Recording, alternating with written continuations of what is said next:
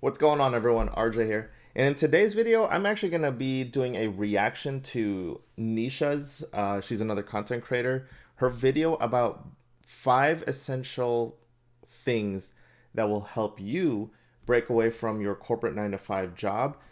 I kind of like to think of it as 5 useful tips or secrets that'll help you get one step closer to breaking away from your 9 to 5 and finally getting a step closer to your version of financial freedom. Now, if you haven't already, please consider smashing that like button down below for the YouTube algorithm. And if you haven't already subscribed to the channel, definitely stick through all the way till the end of the video, because this will be a little bit of a longer one, but it's something that I'm excited to do because essentially you're getting 2 different opinions and tips from both Nisha and myself. So technically this is like 10 super secret tips to breaking away from your corporate 9 to 5. But I am excited to do this one because nothing fuels me more than the idea of helping people break away from their corporate 9 to 5, helping them break the chains of corporate America and doing their own thing and building their own business and really finding something that fulfills their life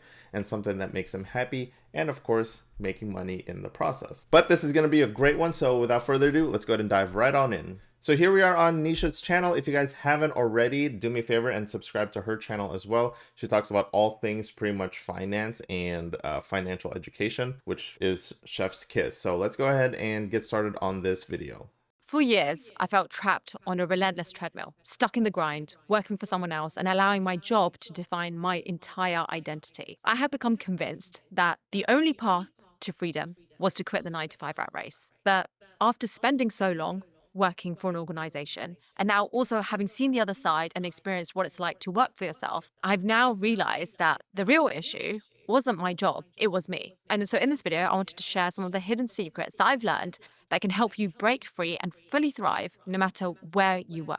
Number 1, realize that you're not dependent on anyone. When I worked for an organization, I remember there was this one time where I was on a team call and my boss, my direct line manager, had a heated debate with someone else in the organization. And that conversation became personal, and after the call, he wanted me to send an email to the other person. He drafted it and it was emotional, it was rude, but he didn't want to be the person that it came from. And so I redrafted it and I told him I'm happy to send it, but it is a watered down version and it was more factual. And he looked at it and he said, I have to use the email that he drafted. And his words were, I'm not asking you, I'm telling you. Those were his exact words. And I remember in that moment, I felt so stressed and pressured. I felt like this person had complete control over me, that if I didn't do as he said, it would impact my pay, my promotion. It would even cost me my job. But looking back, I realized that the real issue wasn't my job or my boss. It was my own mindset. I had created this narrative in my head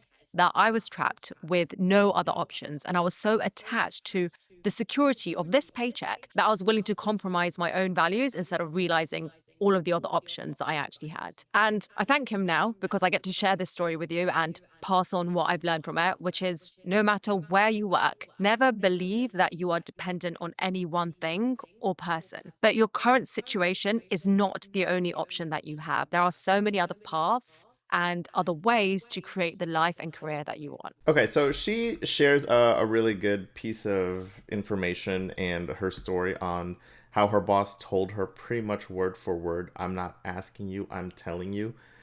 This is where I get really fueled up in my story and my experience because I know a lot of you can relate to this. If you can relate to this, let me know in the comment section below, because I know we are not the only ones that this just, oh my God, it just makes me cringe, to be honest. But in my last corporate job, which was in 2021, it was so toxic. Just the corporate mindset was next level. You know, you would have other engineers and other teammates from other teams telling you what to do, and they're like, hey, listen, you got to get this working. I don't care what it takes. The way they talk to you, the demeanor, even this is the one that makes me really heated, is when you start having to have conversations with senior management or like C-level people, right? We're talking CFO, COO.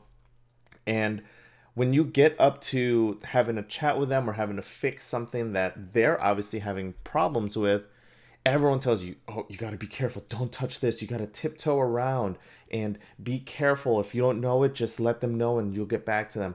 Like there's some form of entity and deity, and there are these magical, mystical beings that aren't human and that you are worth a fraction of their time. And so, therefore, you have to treat them with the utmost respect because they poop magical rainbows. Bro, listen to me. You put your pants on the same way I do in the morning. You tie your shoes the same way I do in the morning. But when it gets to that level of people telling you, you have to be careful what you say. You are meeting with them. You only have about 30 minutes to fix a problem. Get out of there if you can.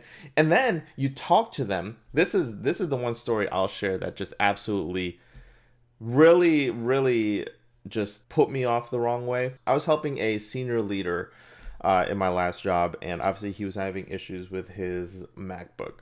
And so I was telling him to log in. I was like, hey, can you log in? Do this, do that. And eventually, after like 40 seconds, right, I was like, can you log in again to this profile? And he looks at me, he's like, well, I'm logging into so many things. What do you want me to do? Tell me what you want me to do. And I almost looked at him. I was like, bro, listen, you're the one having issues, right?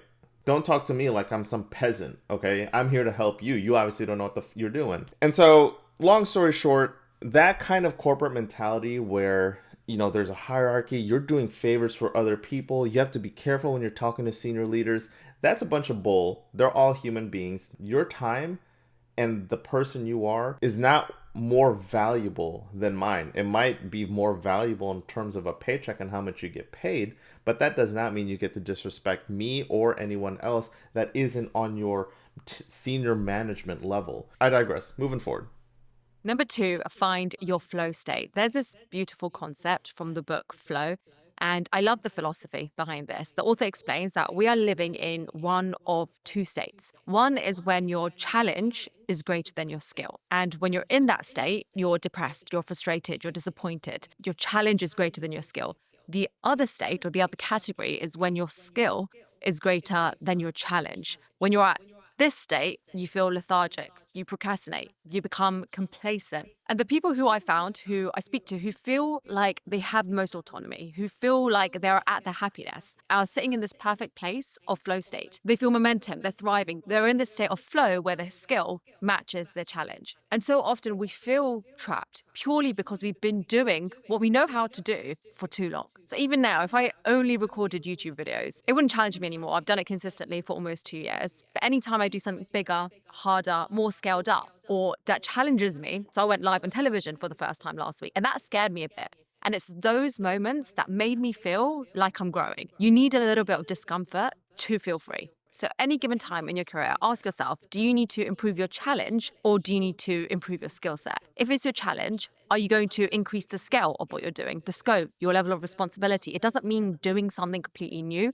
It just may mean doing something with more detail or something bigger. The key is to find that sweet spot where your skill matches your challenge. By the way, sometimes you might find something is really out of your comfort zone or that the skills required are far greater than what you think you can achieve. So the flow state is definitely something that I have found works for sure, because you will realize that, like she said, if your skills are greater than the challenge, you almost get bored, you procrastinate because you've already done this over and over and over and over again. It's not new.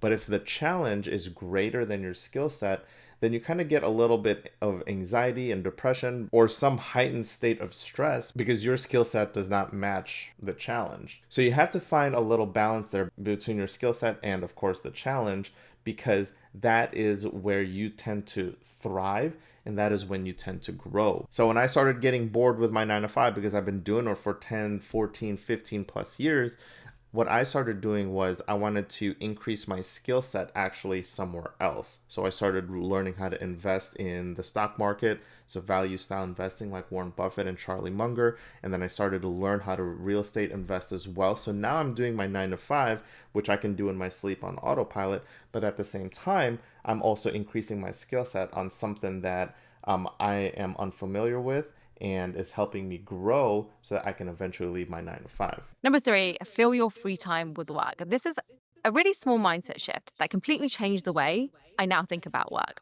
I used to think of work as something that dictates my life. It took away from my ability to live the way I wanted to. Because what I used to do is carve out chunks of my time for work, and then I'll just leave my evenings and weekends open. And so inevitably, those evenings and weekends would be filled up with more work because I had nothing else planned. And even when I wasn't physically working, I wouldn't be doing anything else to distract me. And so in the back of my head, I'll be thinking about working. Then I thought, what if I flipped this the other way around? So instead of work being carved out first, I plan my life first, and then work can become the filler, not the focus. So since the start of this year, I've started to plan my week ahead on Sundays, and I'll pre-commit to activities like classes, social events, reading, or whatever. And then work would fill the gaps with purpose and productivity. So for instance, this week already, I've got dinner planned on Tuesday with a friend. I've got a salsa class on Thursday in the evening. I'm working from a new coffee shop that I wanted to try out for a while on Thursday afternoon. And I've booked in Reformer Pilates during Friday lunchtime. And now all my work will fit around this.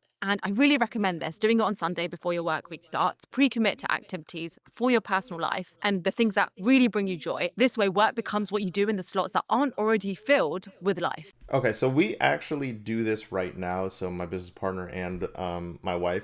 And what we call this, this is something that I've learned in my GoBundance group that I've spoken about. I'm part of a group called GoBundance. You guys can check them out. They call it time blocking. So in essence, what you do when you time block is you brain dump everything you have going on for the week to come. So whether that is, for me, it's like payroll, new hires, new interviews, social media posts, read at least an hour a day, plan a date with Brandy, work out. You will brain dump everything you have for that week. And then what you do once it gets all jotted down is you then group them up together. You bunch them.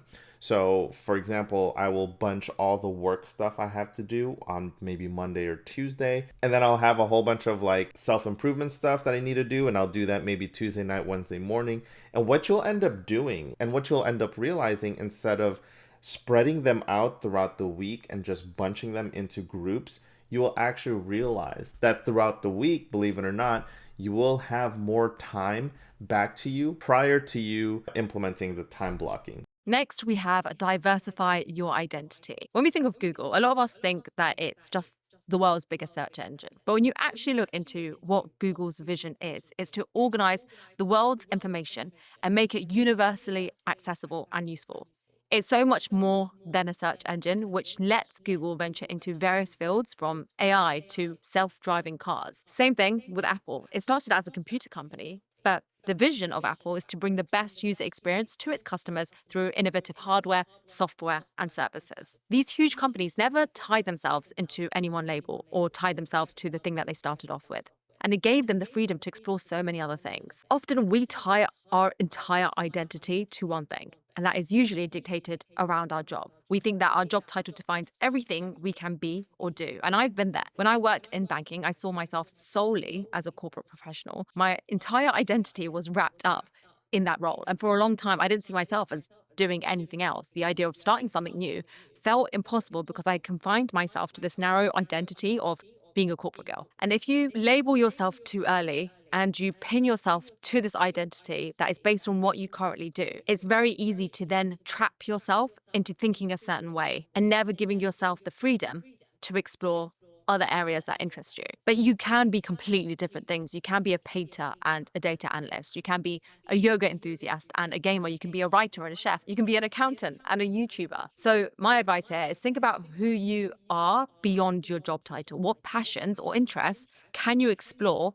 to broaden your sense of self in a way that doesn't make you feel trapped to one identity? So let's quickly touch on diversifying your identity. This is something that resonated with me a lot, and hopefully it resonates with you guys as well, because I feel like I struggled with this when I first wanted to branch out in this channel, because I realized that I wanted to talk about other things such as finances, financial education, real estate, trading, but because I was so hyper niched into crypto and specifically DeFi, and at the time even more specifically it was a specific project, that it felt so weird, and I felt like it was so wrong for me to step out and branch into other topics that I wanted to talk about, because it didn't align with what that one identity of my channel was, which was what eventually led to my hiatus, because I was like, well, Do I just start a new YouTube channel, or do I just refocus and actually just start talking about things that I actually really want to talk about? So after some soul searching, I eventually came to the realization that I did want to talk to you guys about whatever I really wanted to talk to you about on this channel and provide value back to you guys in different areas and different facets of life. If we as a channel want to talk about the Olympics, we can do that because I'm not going to tie myself down to one identity. If we want to talk about world events that's happening that's affecting the financial world and business and education, then we'll talk about it. If I want to talk about real estate, we'll talk about real estate. If I want to talk about gold and silver, I'll talk about gold and silver. But I'm no longer going to just tie myself down to one identity because I feel like I can provide way more value to you guys in other facets of life and this world. And finally, my favorite, number 5, there's so much conditioning that we have to always be nice and to tiptoe around other people's opinions. But sometimes the real way to feel free and to not let work take full control of your life is to not care about what other people think and do what is best for you. For example, say someone at your company asks you to do something that's a favor, that's outside of your job description. It's not exactly something that will help you get promoted, it will help your pay, and it's coming from someone who never does you any favors or helps you out in return. Do you do it? Well, no, you shouldn't. And I'm speaking from experience. When I started working at Deutsche Bank and I first moved into front office, I wanted to please everyone and just do a good job. And I found it so hard to set boundaries with other people in the team. There was another junior person who'd been working in the team for longer than I had, who'd always asked me to stay back after she left and do these admin tasks that she didn't want to do. These tasks didn't give me any recognition or any glory. I didn't benefit from them at all. And the first time she asked, I did it as a favor. The second time, I did it as a favor. And the third or fourth time, I set my boundaries in place because ultimately your company will try to get as much out of you as you can. And you are the person that needs to set these boundaries. And there's a famous quote by Brene Brown: daring to set boundaries is about having the courage to love ourselves even when we risk disappointing others. The reason why I wanted to make this video is because earlier in this year, I had this amazing sponsor approach me and they were going to work with me for a huge amount. It made me feel you can always end up not boundaries, doing things outside of work, changing your mindset when it comes to who owns you. These are all things that are fully within your control. So Nisha then continues to go on and share her story about her latest brand endorsement or sponsor, and she didn't want to do it because they were trying to make her or force her to say and do things that she didn't want to say. So piggybacking on the 5th point there, which is setting boundaries, this one actually hits really close to home for both me and my wife Brandy, because I'm going to share a story about corporate and then I'm going to share a story about personal, and I hope you guys really resonate with that. So in my old job, when other coworkers would ask me to do stuff, it's always just easy to get caught in the cycle of saying, yeah, sure, I'll do it for you, in the spirit of team building, in the spirit of we're one team, all this BS. And if your manager asks you to do something that's outside your project or all that, it ends up being like you get chastised for not wanting to do it because, oh, RJ's not a team player, that person's not a team player. It's so looked down upon. And I think she hits it on the head about setting boundaries, because you're like, hey, listen, I'm here to do this job. I'm here to do this. If you want me to do other things, let's go ahead and talk about it in my year-end review where we can increase my roles and responsibilities, right? And even more important, drawing and setting boundaries doesn't necessarily have to just be about work. My wife and I have recently started doing some heavy soul searching, some real deep conversations in regards to our personal friendships and our inner circle and who we associate ourselves with. We've realized that those people that we currently have are no longer lining up with where we want to go and the things we want to do and the business we want to build. The specific groups we're associated with, they're comfortable with their 9 to 5. They're partaking in different activities that my wife and I don't want to partake in. The conversations are really shallow. They're really surface level. And Brandy and I are now having to set up boundaries for ourselves whenever we're with that group. And Brandy and I are making a real conscious effort to network and find other like-minded individuals trying to do the same things we're trying to do. Now, of course, this doesn't mean that our current friendship group is done and over with and you're on the chopping block. We're never going to see you guys again. There's always a time and place to hang out with them, as long as there's those boundaries that are set in place. And some of the things that might have to have boundaries around them is just topics of conversation, subjects, and conversations they're not interested in. So Brandy and I obviously won't talk about money or entrepreneurship or anything business related. Sometimes even we have to take it further, not talk about politics or religion. And we know that this friendship group is nothing but surface level conversations. And if we want to turn off our brain and just hang out with them, that's what we're going to get with that friendship group, right? And again, that's the biggest push for me to have joined a different group or a networking group, and that's why I joined a couple of networking events throughout the month. Of course, this is non-sponsored or trying to push them in any way, but this is why I joined GoBundance. I wanted to make sure I surrounded myself with like-minded individuals trying to do the same thing, trying to achieve the same thing. The conversations are so much more different with other entrepreneurs and other business owners that are trying to better their life, trying to do better for themselves, trying to live life to the fullest, not just in terms of financials, but in terms of friendships, your relationships with your spouse, your family. Are you being more adventurous with your life? Are you giving back?